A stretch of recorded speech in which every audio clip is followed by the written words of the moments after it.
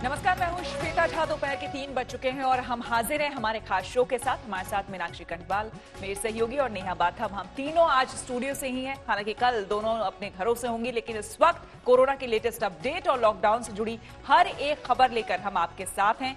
और पूरे रिसर्च को लेकर, किस किस तरह से रिसर्च आगे बढ़ रही है, प्लाज्मा थेरेपी को लेकर कहां पर काम हो रहा है, ये तमाम खबरें हम आपको बताएंगे। मीनाक्षी, और महाराष्ट्र से लेकर गुजरात तक श्वेता किस तरह के हालात है, अपने व्यूअर्स को हम ये भी दिखाएंगे। देश की राजधानी दिल्ली में भी मामले बढ़े हैं, लेकिन मुख्यमंत्री केजरीवाल ने प्लाज्मा थेरेपी के मंत्र के साथ जब वो आज आगे आए, तो नेहा इंटरेस्टिंग होगा ये देखना कि अब ये आगे कैसे गेम चेंजर साबित हो सकता है। बिल्कुल, ये बेहद सकारात्मक खबर आज प्रेस कॉन्फ्रेंस के जरिए अरविंद केजरीवाल ने दी। उन्होंने कहा कि प्लाज्मा थेरेपी अपनाई गई है 4 पेशेंट्स पर, और आने वाले वक्त में ये काफी बड़ा एक मददगार साबित हो सकती है कोरोना वायरस से मुक्ति में।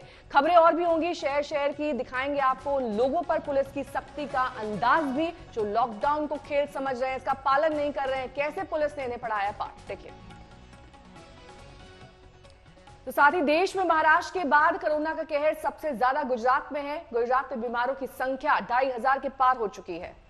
लेकिन इस बीच अहमदाबाद के नगर निगम कमिश्नर ने कहा है कि अगर मामले ऐसे ही बढ़ते रहे तो फिर 15 मई तक अहमदाबाद में 50,000 केस होंगे। आपको बता दें कि निगम कमिश्नर ने यह भी कहा है कि अहमदाबाद में हर 3 दिन में कोरोना के मामले डबल हो रहे हैं। ऐसे में ये चिंता का विषय। आपको बता दें कि महाराष्ट्र के बाद गुजरात ऐसा राज्य है जहां पर सबसे ज्यादा केसेस सामने आ रहे हैं। अहमदाबाद, सूरत ऐसे कुछ शहर हैं जहां पर कर्फ्यू से आज ढील दी गई थी, लेकिन इस बीच नियंत्रण नहीं हुआ। तो कहा जा रहा है कि 15 मई तक 50,000 केस होंगे, तो ढिलाई जो दी गई है उसमें सख्ती होगी।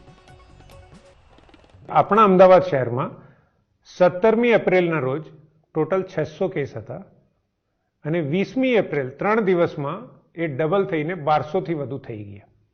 એટલે 17 થી 20 એપ્રિલની વચ્ચે આપણું કેસ ડબલિંગ રેટ 3 દિવસનું હતું, એટલે દર ત્રીજા દિવસે કેસો ડબલ થતા હતા। પછી આપણે જે મહેનત કરી રહ્યા છે તો કેસ ડબલિંગ રેટ 4 દિવસનો થયો છે। હવે હાલ અમદાવાદમાં 4 દિવસની આજુબાજુનું કેસ ડબલિંગ રેટ છે।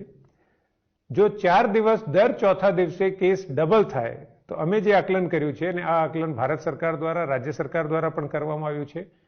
15 મે સુધીમાં लगभग 50,000 केस अमदावाद शહેરમાં થાય અને 31 મે સુધીમાં 8 લાખ જેટલા કેસો થાય। જો કેસ ડબલિંગ રેટ 4 દિવસનું રહે તો 4 દિવસમાં જે બમણા થાય છે એની સામે એટલીસ્ટ 7 કે 8 દિવસ સુધી આપણે લઈ જઈશું।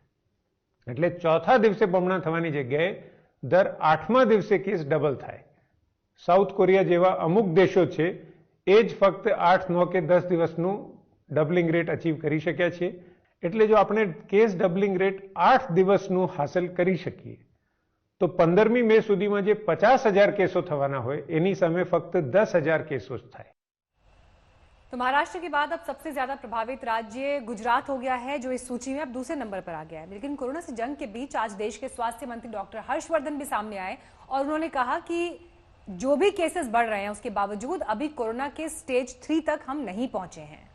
बिल्कुल, और डॉक्टर हर्षवर्धन ने यह भी कहा है कि अब देश में 5.5 लाख से ज्यादा टेस्ट हो चुके हैं, इसलिए ज्यादा घबराने की जरूरत नहीं है। हम लगातार काम कर रहे हैं।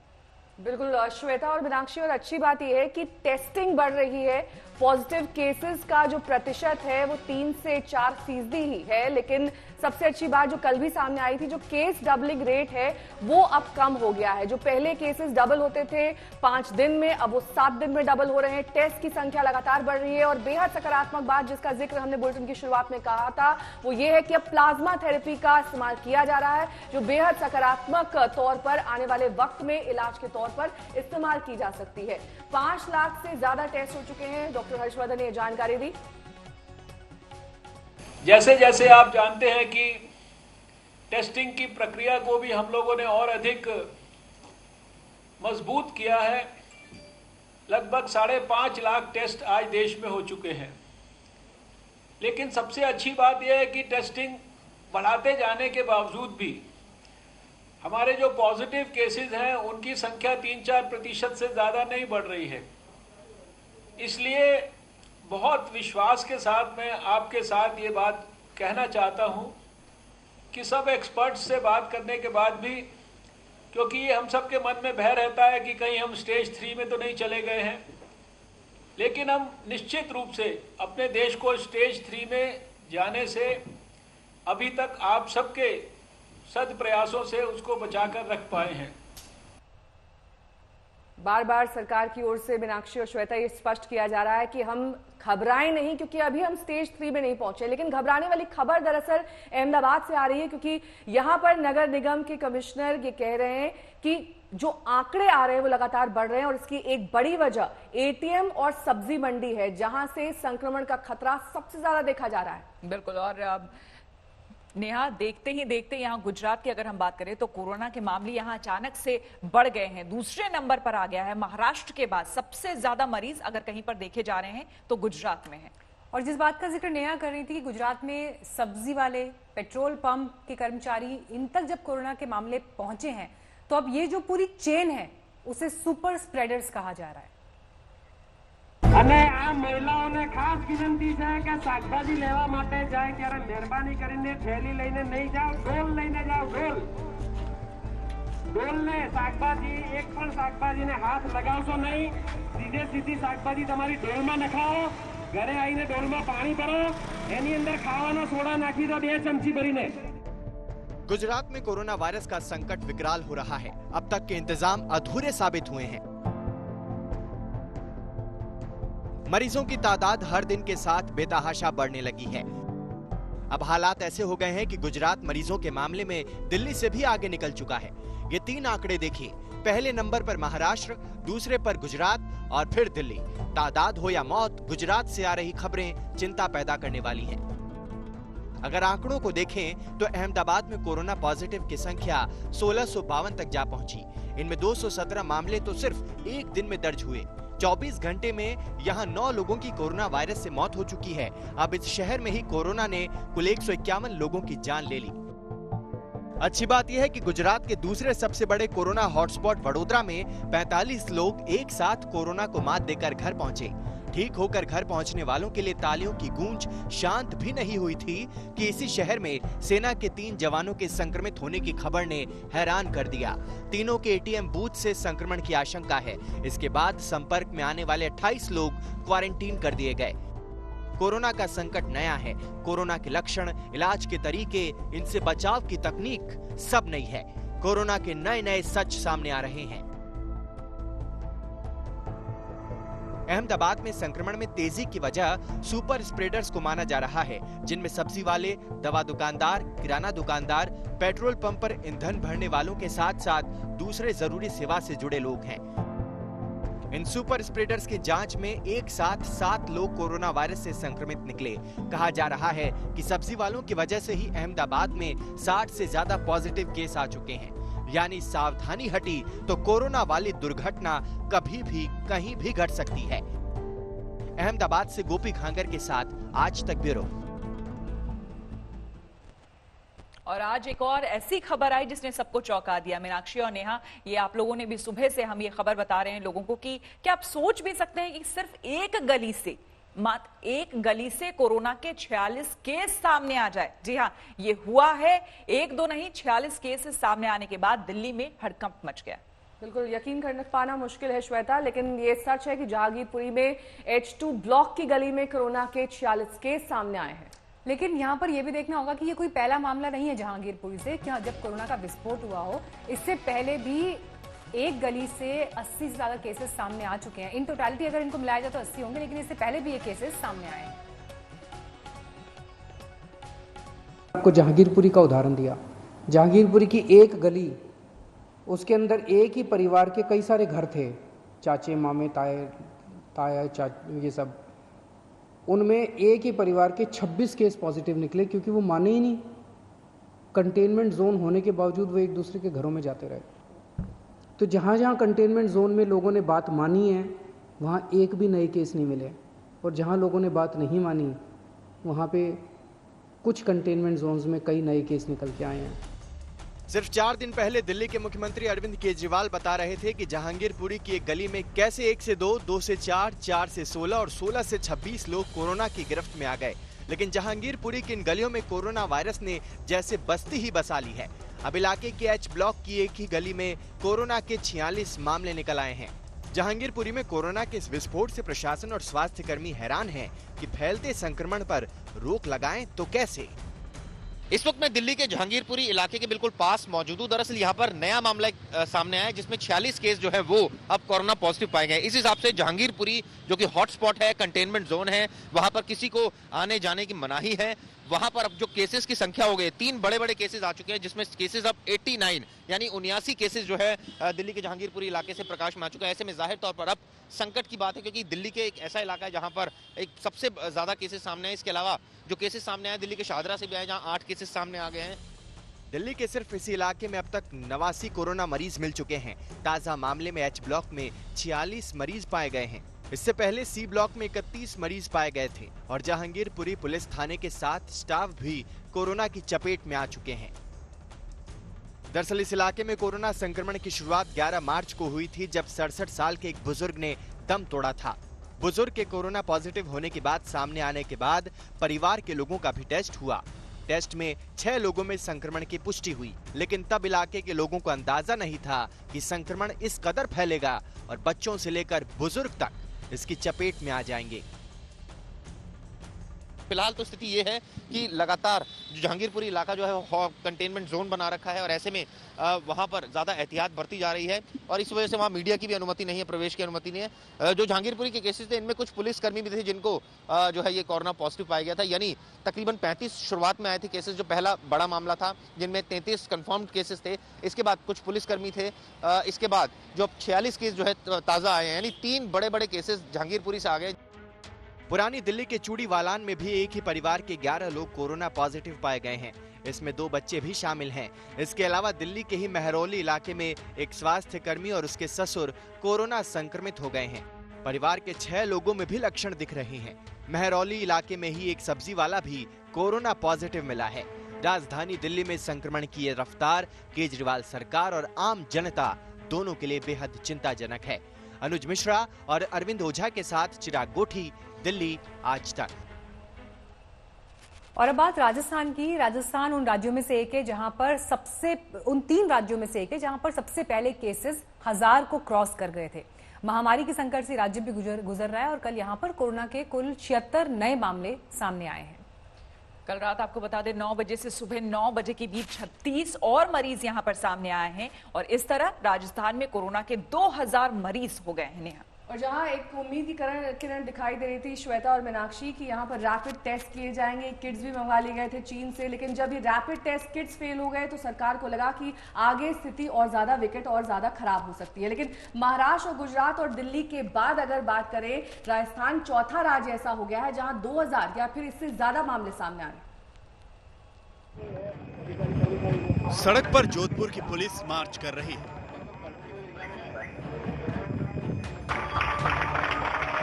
सड़क किनारे बने घरों की छतों से लोग तालियां बजाकर पुलिस का उत्साह बढ़ा रहे हैं। कोरोना महामारी में जोधपुर शहर राजस्थान को नई टेंशन दे रहा है। राजस्थान में कल सबसे ज्यादा 23 मामले जोधपुर में सामने आए। जोधपुर से अब तक कोरोना के 310 केस सामने आ चुके हैं, जिनमें 2 लोगों की मौत हो चुकी है। कोरोना के बढ़ते मामले को देखते हुए पुलिस लगातार लोगों को लॉकडाउन का पालन करने की सलाह दे रही है। जोधपुर के डॉक्टरों और स्वास्थ्य कर्मियों के लिए यह बेहद मुश्किल इम्तिहान की घड़ी है। ऐसे में डॉक्टर और मेडिकल स्टाफ खुद को प्रेरित और उत्साहित रखने के लिए लगातार नए नए तरीके अपना रहे हैं। ये वीडियो उसी की एक झलक है। जयपुर में कल रात 9 बजे से आज सुबह 9 बजे के बीच यानी 12 घंटे में 13 नए मरीज सामने आए। इस तरह जयपुर में कोरोना संक्रमितों की संख्या 753 हो गई है। इन 12 घंटों में 1 मरीज की मौत भी हुई है। जयपुर में कोरोना से कुल 15 लोग दम तोड़ चुके हैं, जबकि 138 लोग उपचार से ठीक हुए हैं। अगर राजस्थान की बात करें तो कल रात 9 बजे से आज सुबह 9 बजे तक कोरोना के 36 नए मामले सामने आए। इस तरह सूबे में कोरोना संक्रमितों की तादाद 2000 तक पहुंच गई है। 1 मरीज की मौत हुई। इस तरह राजस्थान में कोरोना से अब तक 29 लोग जिंदगी की जंग हार चुके हैं। अच्छी बात यह है कि राजस्थान में कोरोना से अब तक 666 मरीज ठीक भी हुए हैं। इस तरह कोरोना के खिलाफ लड़ाई जारी है, दूसरी ओर कोरोना टेस्टिंग को लेकर जंग छिड़ी हुई है। पॉजिटिव को ही नेगेटिव बता रहा तो ऐसे टेस्ट को हम करके अंधेरे में कब तक रहेंगे। राजस्थान ने तो तय किया है कि जो टेस्ट मापदंड पे खरा ही नहीं उतर रहा है और जिसकी टेस्टिंग का कोई यूज नहीं है, उसको जिद करके हम कैसे टेस्ट करेंगे भाई बताओ। राजस्थान के कोरोना प्रभावित बड़े जिलों की बात करें तो 753 केस के साथ जयपुर सबसे आगे है। इसके बाद 310 कोरोना संक्रमितों के साथ जोधपुर का नंबर है। कोटा में 140, टोंक में 115, भरतपुर में 107, अजमेर में 106 कोरोना केस मिले हैं। शरद कुमार, जयपुर, आज तक। तो थोड़ी देर पहले सीएम अरविंद केजरीवाल ने प्रेस कॉन्फ्रेंस की और उन्होंने प्लाज्मा थेरेपी का जिक्र किया। अच्छी खबर बताई कि 4 लोगों पर प्लाज्मा थेरेपी का इस्तेमाल किया गया है। वहीं अगर राजस्थान की बात करें तो वहां पर टेस्ट किट को लेकर सरकार और आईसीएमआर के बीच अब भी तकरार जारी है।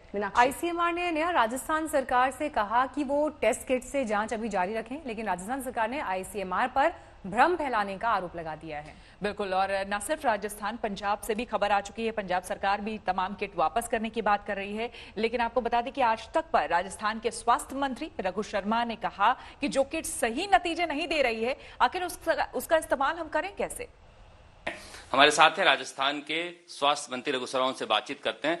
सर, आईसीएमआर ने जो जवाब भेजा है उसके अंतर्गत तो वो कह रहे हैं कि इस टेस्ट की प्रोसीजर को फॉलो करो और आप करो। देखिए, आईसीएमआर को जब हमने प्रायोगिक तौर पे यहाँ पे ये रैपिड टेस्ट किट फेल्योर हो गए हैं, जो पॉजिटिव केसेस पे हमने इनको इस्तेमाल किया, पॉजिटिव को ये नेगेटिव बता रहा टेस्ट, तो फिर इस तरह के टेस्ट को करवाने की जिद क्या है। चाहिए तो ये था वो अपने लेवल पे इनकी परफेक्शन की कि इसकी रिक्वायरमेंट है कि नहीं है, या ये मापदंड पे खरे उतर रहे हैं कि नहीं उतर रहे, इसकी कोई वहां टेस्टिंग करते। वो तो जिक्र इन्होंने चिट्ठी में किया नहीं है और सिर्फ गोलमाल चिट्ठी लिख दी एक, जिसमें प्रोटोकॉल फॉलो करो, ये करो, फॉलो। कौन से प्रोटोकॉल है भाई? जिस टेस्ट को पॉजिटिव डिक्लेयर्ड मरीजों पर आरटीपीसीआर टेस्ट में जिन लोगों को पॉजिटिव बताया और जो भर्ती मरीज हैं उन पर 168 ये रैपिड टेस्ट किट हमने इस्तेमाल किए, और जो पॉजिटिव को ही नेगेटिव बता रहा, तो ऐसे टेस्ट को हम करके अंधेरे में कब तक रहेंगे। ये उनकी एडवाइजरी है। ये अगर सीधा कहते कि इनको इस्तेमाल करना है आपको, तो वो लैंग्वेज तो इसमें नहीं है चिट्ठी में। इसलिए भारत सरकार अगर गलत काम हो गया इनको प्रोक्योरमेंट का, तो उसकी फेस सेविंग पे क्यों लगी हुई है। बात उत्तर प्रदेश की। कल कोरोना के 62 नए केस यहां सामने आए हैं। यूपी के कोरोना हॉटस्पॉट में आगरा अब भी टॉप पर बना हुआ है। राहत की बात यह है कि दिल्ली के नजदीक नोएडा में कल कोई केस सामने नहीं आया।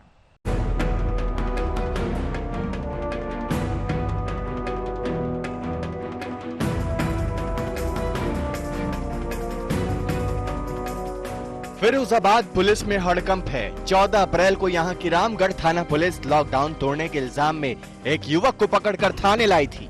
युवक की अब कोरोना रिपोर्ट आई है, वो पॉजिटिव निकला। इसके बाद रामगढ़ थाने के एसएचओ और 26 अन्य पुलिस कर्मियों को फौरन क्वारंटीन कर दिया गया।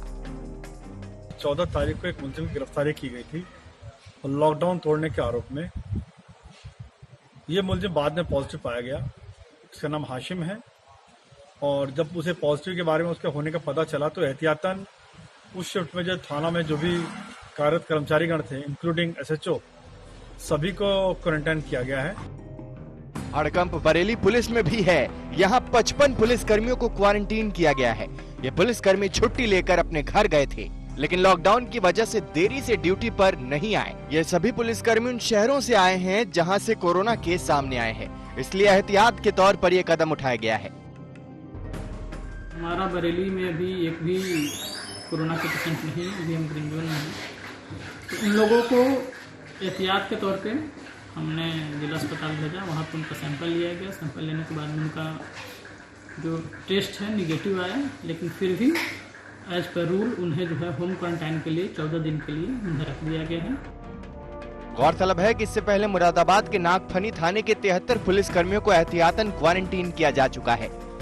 इस बीच में यूपी में कोरोना के मामले लगातार बढ़ते जा रहे हैं। कल यूपी में कोरोना के 61 नए केस सामने आए थे। इसे मिलाकर देश के सबसे बड़े सूबे में कोरोना केस 1510 हो गए हैं। अब यूपी के कोरोना हॉटस्पॉट शहर की बात करें तो 335 कोरोना संक्रमितों के साथ आगरा में महामारी का सबसे बुरा असर है। राजधानी लखनऊ में भी 174 केस आ चुके हैं। दिल्ली से सटे नोएडा में 103 केस मिले हैं। सहारनपुर, मुरादाबाद और कानपुर भी कोरोना संक्रमण के मामले में शतक की ओर बढ़ रहा है। दिल्ली से सटे गाजियाबाद में कल 4 नए मरीज सामने आए हैं, जिससे यहां कुल केस 48 से बढ़कर 52 हो गए। गौतम बुद्ध नगर यानी नोएडा से अच्छी बात यह है कि यहां से कोई नया केस नहीं आए हैं।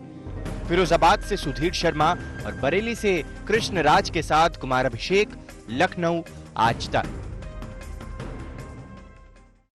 बात अब रैपिड टेस्टिंग किट्स की करेंगे। इस पर संग्राम छिड़ गया है। आज चीन वाले किट्स पर आईसीएमआर की रिपोर्ट आएगी, लेकिन बड़ा सवाल अब भी श्वेता मीनाक्षी ये है कि क्या रैपिड टेस्ट किट पर रोक हटेगी? क्या चीन से जो ये किट्स मंगाए गए हैं उन पर कोई फैसला लिया भी जाएगा या नहीं?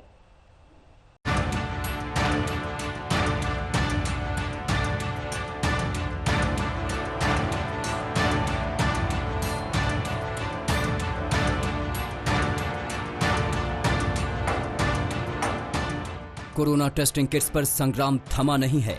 चीन पर भरोसा किया, लेकिन वहां से धोखा मिला। वहां से आए टेस्टिंग किट्स नकली निकले। राजस्थान सरकार की शिकायत के बाद पंजाब और हरियाणा ने भी Indian council of medical research यानी आईसीएमआर को टकासा जवाब दे दिया, ले जाओ चीन वाले रैपिड टेस्टिंग किट्स। सप्लाई ही नहीं कर रहे थे और काफी समय हो गया था उनको हमें ऑर्डर दिए हुए, और वो महंगे रेट पर भी कर रहे थे। हमें उससे काफी सस्ते रेट पर मनेसर में ही, जो कि हमारे हरियाणा में ही है, वहाँ पर साउथ कोरियन कंपनी है, उसकी बनाई हुई वो अप्रूव हो गई थी आईसीएमआर से, तो उसको हमने ऑर्डर दिया 1 लाख किट्स का, और उन्होंने 25,000 हमें सप्लाई भी कर दी। और ये जो टेस्टिंग हो रही है, हमारी उम्मीद थी, रैपिड टेस्ट किट भी हमने इसी उम्मीद से मंगाए थे कि हम ज्यादा से ज्यादा टेस्ट करेंगे तो सिम्टोमेटिक केसेस आएंगे। हालांकि वो टेस्ट जो पॉजिटिव थे पीसीआर टेस्ट में, उनको ही नेगेटिव बता रहा था ये टेस्ट, तो फिर हमने एकदम रोक दिया उस रैपिड टेस्ट। चीन से आए खराब टेस्टिंग किट्स पर आज आईसीएमआर की रिपोर्ट आएगी। राजस्थान की शिकायत के बाद आईसीएमआर ने रैपिड टेस्टिंग किट्स के इस्तेमाल पर रोक लगाते हुए 8 राज्यों से जानकारी जुटाई। सवाल यह है कि क्या आईसीएमआर फिर से राज्यों को रैपिड टेस्टिंग की इजाजत देगा? उम्मीद है कि आईसीएमआर चीन से मंगाए खराब लॉट को रद्द कर कंपनी से दूसरे बैच के किट्स के लिए कहेगा। कल हमको एक टेस्ट में से, एक स्टेट में से एक कंप्लेंट आई कि उसमें कम डिटेक्शन हो रहा है, तो हमने तकरीबन 3 स्टेट से आज पूछ लिया। वो पूछने के बाद में हमको एक पता चल रहा है कि उनमें जो पॉजिटिव सैंपल्स थे आरटीपीसीआर के, उनमें वेरिएशन बहुत ज्यादा है। आईसीएमआर ने चीन के साथ साथ सिंगापुर, दक्षिण कोरिया और महाराष्ट्र की दक्षिण कोरियाई कंपनी को भी रैपिड टेस्टिंग किट्स के ऑर्डर दिए हैं। राहत की बात यह है कि बाकी देशों के किट्स की शिकायतें नहीं आई हैं और केरल और आंध्र प्रदेश में टेस्टिंग जारी है। टेस्टिंग किट्स को लेकर प्लान बी पर भी काम चल रहा है। सरकार ही नहीं बल्कि कई प्राइवेट कंपनियां महामारी काल में अलग अलग तरीकों से टेस्टिंग किट या वायरस का पता लगाने के लिए अलग अलग तकनीक का इस्तेमाल कर रही हैं। गुड़गांव के मानेसर में आनन फानन में दक्षिण कोरियाई कंपनी SD बायोसेंसर ने कोविड-19 पता लगाने वाली टेस्टिंग किट का बड़े पैमाने पर निर्माण शुरू कर दिया है। कोरोना के बढ़ते खतरे को देखते हुए ज्यादा से ज्यादा मांग हो रही है कि रैपिड टेस्टिंग किट या सर्विलांस किट की मौजूदगी हो, और ऐसे में गुड़गांव में SD बायोसेंसर की कंपनी के मैं उस यूनिट में हूं जहां पर बड़ी तादाद में रैपिड टेस्टिंग किट बनाए जा रहे हैं। ज्यादातर ये सर्विलांस के लिए इस्तेमाल होंगे, और ये वो मैन्युफैक्चरिंग लैब है इस पूरी यूनिट में जहां हम पहुंचे हैं। तो ये तमाम सारे वो लोग हैं जो ये काम कर रहे हैं और इंश्योर कर रहे हैं कि ज्यादा से ज्यादा तादाद में रैपिड टेस्ट मौजूद हों। ये पूरी फैक्ट्री की मैन्युफैक्चरिंग लाइन है। कई सारे इलाके जो कि संवेदनशील है, उन इलाकों में हम नहीं जा सकते। प्लान बी के तहत ही रक्षा मंत्रालय के DRDO ने एक ट्रांसपोर्टेबल टेस्टिंग लैब तैयार किया है, जिसका उद्घाटन रक्षा मंत्री राजनाथ सिंह ने वीडियो कॉन्फ्रेंसिंग के जरिए किया। आशुतोष मिश्रा, दिल्ली, आज तक। कोरोना के खिलाफ सबसे बड़ी दवाई सोशल डिस्टेंसिंग ही है, लेकिन इस जंग में सेंध लगाने वालों की कमी नहीं है। ऐसे लोगों को रास्ते में लाने के लिए जौनपुर के डीएम खुद मैदान में उतर गए।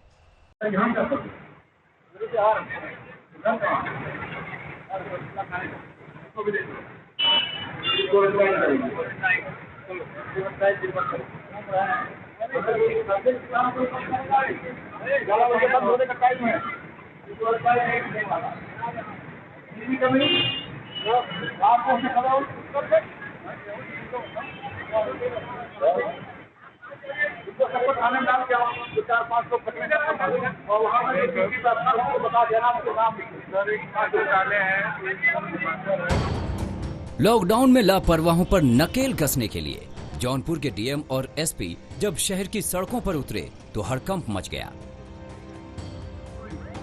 सायरन बजाते हुए डीएम का काफिला निकला और फिर डीएम साहब ने माइक थामकर खुद ही मोर्चा संभाल लिया।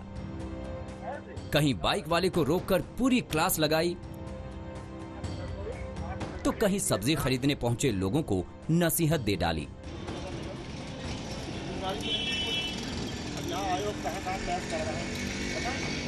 नहीं पता ना, अरे हम लोग तो रिस्क नहीं रहे, ये फायर पड़ा छूटा होगा कोरोना वाले लगाएगा भाई, सो जाओ तुम्हारे घर वाले देखा नहीं है कि घर में कितने लोग मत आओ यहाँ मन। अब बात कोरोना के खिलाफ जागी नई उम्मीद की, और इस उम्मीद का नाम है प्लाज्मा थेरेपी। प्लाज्मा थेरेपी ने कोरोना के खिलाफ जंग को लेकर श्वेता एक नई उम्मीद जरूर जताई है। बिल्कुल, और दिल्ली में आपको बता दें कि जिन 4 मरीजों पर ये थेरेपी का इस्तेमाल किया गया है वो ठीक हो रहे हैं। आज ही अरविंद केजरीवाल ने प्रेस कॉन्फ्रेंस में ये बात कही और उन्होंने साफ तौर पर कहा है कि 4 मरीजों पर टेस्ट हुआ है, जिसमें 2 मरीज ऐसे हैं जो कि 2 से 3 दिन में घर भी जा सकते हैं। नेहा, बिल्कुल, और श्वेता इसमें सबसे सकारात्मक बात यह है कि लगातार अरविंद केजरीवाल कह रहे हैं कि इस पर रिसर्च की जा रही है, और इसमें डॉक्टर सरीन ने भी अपनी बात जोड़ी। उन्होंने कहा कि प्लाज्मा थेरेपी रक्तदान से बिल्कुल अलग है, और साथ ही प्लाज्मा थेरेपी कोरोना के इलाज का जवाब हो सकती है, इस पर भी लगातार रिसर्च की जा रही है। क्या प्लाज्मा थेरेपी मरीज को मौत के मुंह से खींच लाएगी, इस पर भी तमाम एक्सपर्ट्स अपनी राय रख रहे हैं। जी हाँ, सोशल डिस्टेंसिंग और लॉकडाउन से अगर कोरोना को हराया जा सकता है तो प्लाज्मा थेरेपी के आगे भी यह महामारी घुटने टेकती है। जरा दिल्ली के मुख्यमंत्री अरविंद केजरीवाल को सुनिए और जानिए कि प्लाज्मा थेरेपी किस तरह से दिल्ली में कोरोना के मरीजों को ठीक करके घर भेज रही है।